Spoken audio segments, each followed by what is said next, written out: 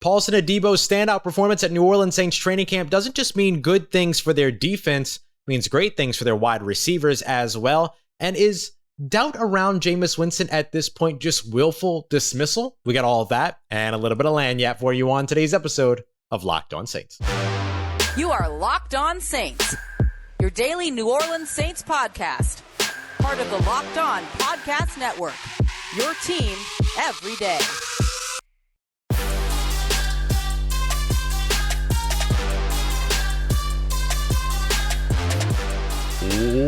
What is good, Who Dat Nation and Who Dat family? Welcome into another episode of Locked On Saints, your daily podcast covering your favorite team, the New Orleans Saints, part of Locked On Podcast Network, your team every day. Thank you so much, as always, making Locked On Saints your first, second, sometimes third listen of the day.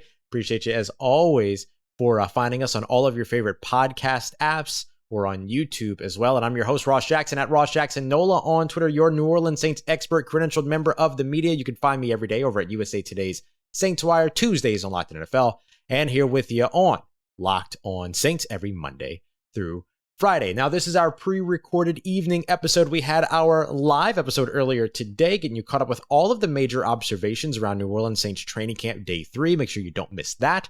But if you're tuning in for the big sort of deep dive into the news, we're going to jump into some conversation around Paulson Adebo's performance and what it means not only for the New Orleans Saints defense, but their wide receivers. We'll dig into Jameis Winston doubters, and we'll answer some of your questions from this afternoon's live stream, including the standout linebacker that no one's talking about. Well, we're going to get into all that, but I want to start off here with Paulson Adebo. Now, the big story, or one of the big stories outside of Taysom Hill's injury, which we just kind of don't know the full severity of yet at this time, but we'll continue to get some big looks at guys like Lucas Kroll, as well as, of course, Adam Trautman and Nick Van Ed as we continue through camp here over the next couple of days, depending on how long Taysom Hill and Gardner-Johnson continue to be absent. But the other big piece of news coming out of training camp today was simply that Paulson Adebo can't stop making plays. I mean, this guy has been making pass breakups and plays on the ball each and every day of camp so far, 3 straight days, 3 straight big plays, at least one a day. And that includes time where he's not only playing with the second team, but the majority of the time playing with the first team in terms of team drills. And Wednesday, I'm getting lost on what day it is. Friday was absolutely no exception at all, even though it was a run-heavy day. Not a lot of passes thrown during Friday's practice, with Paulson Adibo, as well as Justin Evans, still finding ways to make their presence felt. I highlight Justin Evans and Marshon Lattimore and Bradley Roby and all of those guys as well along the secondary, because this secondary looks like the strength of the defense, just like we expected going into training camp. Now, the defensive line can get there as well, especially if Shy Tuttle continues to step up and continues to play well on the interior defensive line, which he's looked good so far, but we'll really get a better look at that once the pads go on next week.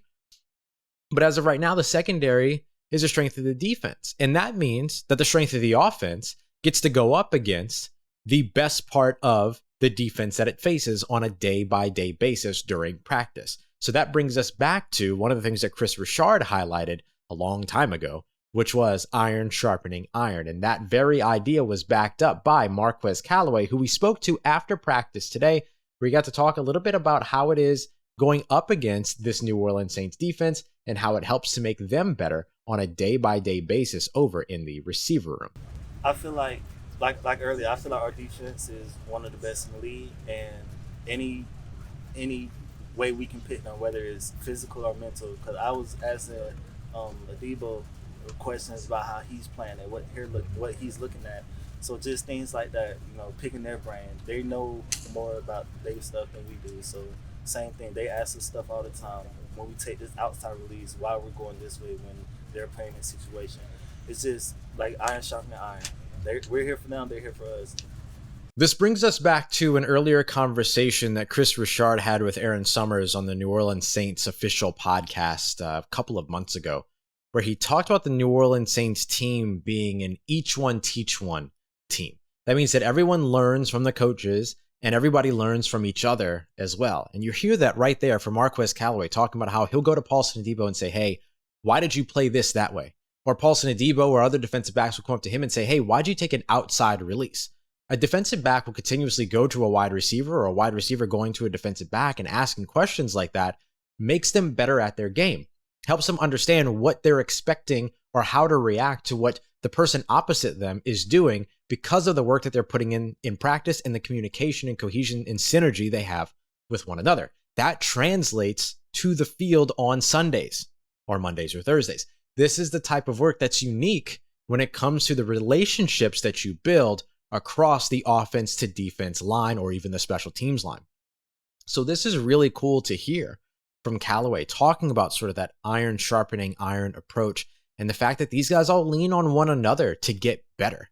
Marquez also highlighted that he goes to Jarvis Landry to ask him questions. They'll sit in the film room and watch. You have to imagine the film room also becomes a collaborative opportunity when there are situations in which the entire offense or defense are in the same place, or there's a little bit of, mixing and matching and stuff like that for additional, I guess what the Arizona Cardinals would call independent study, for instance. So when they're doing all of that extra work off to the side, I'm sure that they do that through film as well. But this is what helps offenses and defenses get better. The New Orleans Saints have one of the best defenses in the NFL. Make no mistake about it. No, Tyrann Mathieu's not out there right now, but once he is, that only adds to the knowledge that these wide receivers get to pick when it comes to setting up, taking advantage of leverage, getting around, getting through, stacking, doing all the things that you have to do in order to win your leverage battle and win your coverage battle with a defensive back, and vice versa. These defensive backs get to lean on guys like Michael Thomas and Marquez Callaway. Now they also get Jarvis Landry, Chris Olave that get to help them out there as well. So now you get that each one teach one, not just within the unit, but across the units as well, helping to make each and every one of them better. That's why performances like what Paulson Adebo and Justin Evans had today, to where they're breaking up multiple passes, they're making plays on the ball, they're reading, they're getting jumps, they're doing all the things that you expect to see defensive backs do at their highest level. That's why it's important in practice. It's not just good for the defensive backs and the defense that's making the plays. It's good for the offense that's trying to get better and the receivers that are trying to learn from their counterparts as well. So now when you've got guys like Michael Thomas, Jarvis Landry, and Chris Olave heading up your wide receiver room, and then other players like Marcus May, Tyrann Mathieu, Marshon Lattimore, and Paulson Adibo, and CJ Gardner-Johnson heading up your secondary, how do you not get better on a down-by-down basis going up against those names and that amount of talent? Well, simple answer is it doesn't happen that way. You get better. That's exactly what the New Orleans Saints are going to be looking to do over the course of training camp heading into the 2022 NFL season. And it all gets better once Tyrann Mathieu hits the field. And of course, once Michael Thomas is participating in those team drills, all of which we expect and hope happen sooner rather than later. All right, y'all, coming up next, is the doubt around Jameis Winston just kind of willful dismissal at this point? Mark Ingram had some fantastic things to say about Jameis Winston, not just his leadership, not just his charm and charisma, but his work ethic and how he's improved on the field as well. We'll break all that down and have a nice little conversation about the expectations around Jameis Winston and the expectations he set for himself. We'll break all that down as we continue on with today's episode of Locked On Saints, and we get to do that every single Monday through Friday, thanks to our good friends over at BetOnline, who have odds up right now for 11 regular season games. Several different New Orleans Saints are in the conversation for end-of-year awards. So many different things that you can check out, but the New Orleans Saints right now still set to finish second in the NFC South. Do you feel like they could win this division? Well, that might be something you want to get in on a little bit of action with. You can do that today over at BetOnline. You can do that with the NFL, NBA, if you want to bet on some Pelicans-related props, odds, and lines. They've got that for you as well. And of course, there's MLB, NHL, college football, so much over on that BetOnline website, which you can access on your mobile device or your laptop, so you can check out all of the trends in action. And once again, that's BetOnline, where the game starts. All right, family, continuing on with today's episode of Locked On Saints. Thanks again, as always, making Locked On Saints your first listen of the day every day. Don't forget, we are here with you because it is the Locked On Podcast Network, your team every day. Appreciate you, as always, for being here with us. As we go through our next segment here, what I want to discuss is sort of what feels like willful dismissal of Jameis Winston's offseason and his work ethic and his work. I think there's clearly a lot of progress made in Jameis Winston's game. His focus on the short, quick passing game is something that he said he wanted to work on, and you see him working on it. The fact that he's out there working an hour and a half, 2 hours after every practice is palpable. I mean, that's a palpable example of how his work ethic is. He's very likely out there before anyone else as well, probably out there before I get there or any of the media gets there too. And it's not lost on his teammates. And I think that a lot of people maybe kind of assume that Jameis Winston is a likable guy because of his personality, which is true. He is a very likable person in terms of his personality. But what he's done on the field is more than enough when it comes to the New Orleans Saints teammates and the coaching staff around him to buy into him. So if there's still doubts around whether or not Jameis Winston can be a good quarterback in this New Orleans Saints system, especially after a 14 touchdown to 3 interception season last year, at this point, it's kind of just willful dismissal of what Jameis Winston has been putting on the map. We just heard from Marquez Callaway a moment ago. He kind of highlighted this in his presser as well, talking about, like, have you seen his workouts? Noting them as the best and worst things he's ever seen, workouts he's ever seen, and all that. Of course, everyone likes to crack jokes about what Jameis's workouts look like sometime. But it's not like Jameis is just making a decision to say, hey, I'm going to do this. He has trainers. He has people that are state-of-the-art, that are doing state-of-the-art things on the ideas on the forefront of sports science and sports fitness and all of these other things that are kind of instructing him in all this. It's not just him willy-nilly saying, like, I'm going to mess with the pool noodle today. Like, that's not the way that this works. And so it's interesting. And I don't think that we see this in New Orleans as much as we see it, or within the New Orleans Saints fan base as much as we see it nationwide, to where maybe people still would rather be informed by what happened in 2019 as opposed to what's happening in front of them right now, or even just what happened to them back in 2021 in last year's season, right? They're not even acknowledging that. They kind of just acknowledge 2019 and that's it. It's kind of the similar sort of mentality that people have around Michael Thomas, this idea that, well, Michael Thomas might be back for the New Orleans Saints, but is he going to be the Michael Thomas of 2019? Michael Thomas could have not injured his ankle in 2020, never missed any time at all. And here coming into 2022, no sane person would say that 2022's Michael Thomas is going to be 2019's Michael Thomas, especially when you have other weapons on the field like Jarvis Landry and Chris Olave. The expectations being based upon what's already happened, that's not really where we are here. That's not where the New Orleans Saints are. The New Orleans Saints expectations are based upon what they're seeing in front of them right now. And someone broke that down really, really well today. And it was Mark Ingram, New Orleans Saints running back, during his post-game presser. Here's what he had to say about how he has been impressed with Jameis Winston coming in and what he's been able to do so far in the New Orleans Saints offense. I mean, Jameis is the guy, man. I think just his evolution as a quarterback in the league. I think his confidence in himself, his confidence in the system, confidence in his teammates, his ability to be a leader in and out the huddle, on and off the field. He cares about his teammates. He's smart on the field, making the right decisions, great arm strength, has all the intangibles you look for in a franchise quarterback. So to be able to share the huddle with him is something, it's a great opportunity, you know what I mean? It's something that I don't take for granted. So I think he'll continue to grow, and he'll continue to improve. He's a guy that's committed, dedicated, and makes a lot of sacrifices to be where he is now. And I'm sure he'll just continue to grow, continue to learn, continue to be better. And I'm looking forward to him having a great season this year. I mean, that's Mark Ingram just off the cuff, just listing good things about his teammate, sure. But at the same time, there's real detail there in terms of the confidence that Jameis Winston has in himself, the confidence he has in the teammates around him, and in turn, the confidence that the teammates in the organization have in Jameis Winston. To an effect, that's where it all starts, isn't it?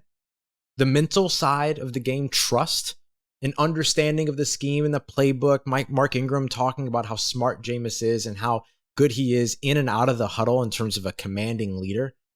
To a certain point, that's a huge part of what being an NFL quarterback is. Now, you have to be able to go out there and execute as well. And I think that there are some things early on in Jameis Winston's career that maybe, were warranted in terms of your question marks or people's question marks around the idea of his decision making. But based on what we've seen so far in 2022's training camp and 2021 season, that seems to have gotten much better. And I don't understand the sort of desire in a way to dismiss that.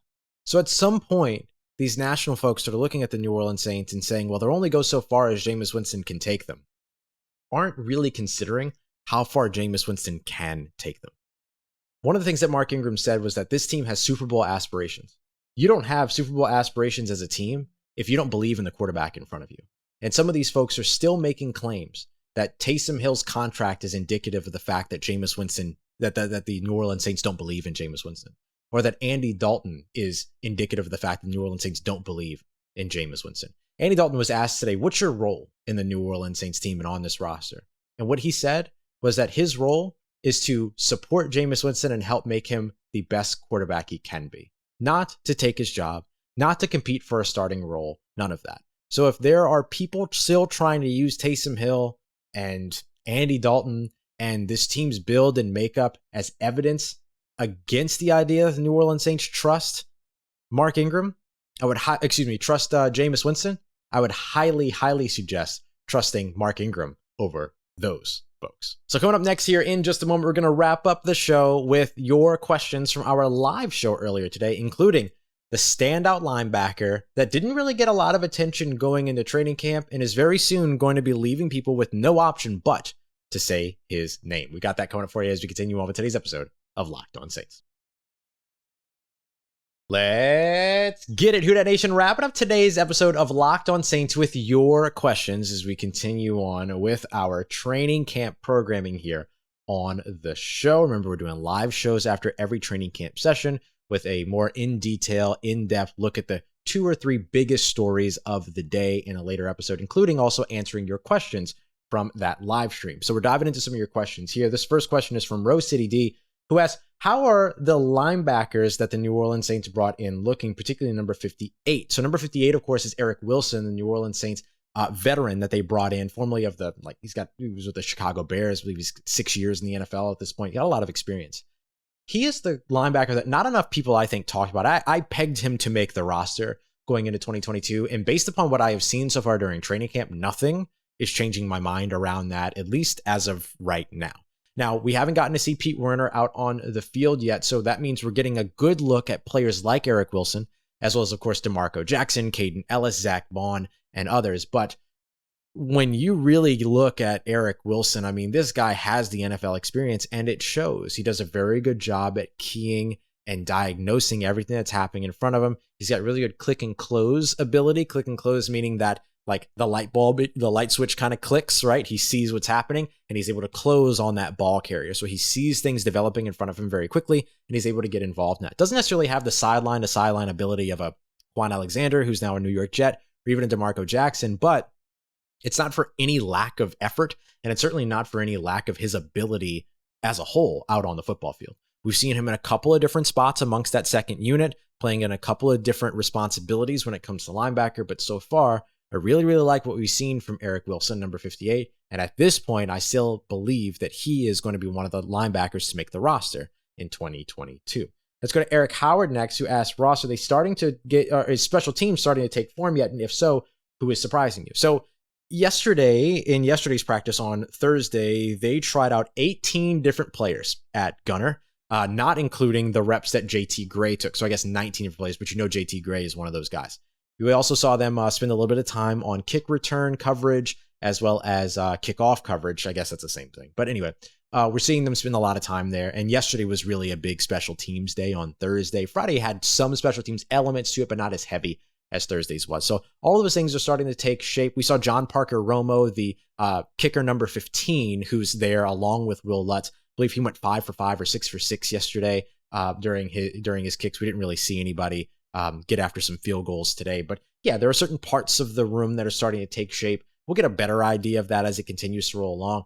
Somebody that has stood out to me in that role so far, though, is when they've allowed Taysom Hill to actually get downfield in special teams coverage. I know he's dealing with his injury right now, but getting him back on special teams is going to be massive for the New Orleans Saints, especially as they try to figure out who's going to be that gunner opposite JT Gray.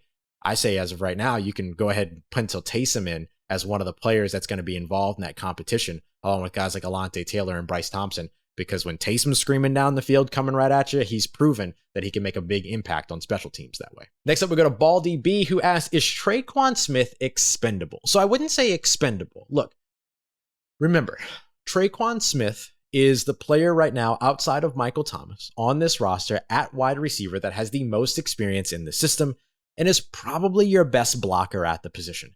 If that is something that the New Orleans Saints value in 2022 under a Dennis Allen regime as much as they have valued since 2006 in the Sean Payton regime, then Traequan Smith, is not expendable. And just because he's going to have some miscues and some issues here and there in terms of the passing game, if you're not really putting him out there for reps to throw the ball, that's not really that big of a deal to you because you already know that there's 4 or 5 receivers that are ahead of him when it comes to pass catching. And that includes guys like Deontay Hardy and Marquez Callaway, but of course, Michael Thomas, Jarvis Landry, and Chris Olave. There's just simply not going to be a lot of targets for a Traequan Smith.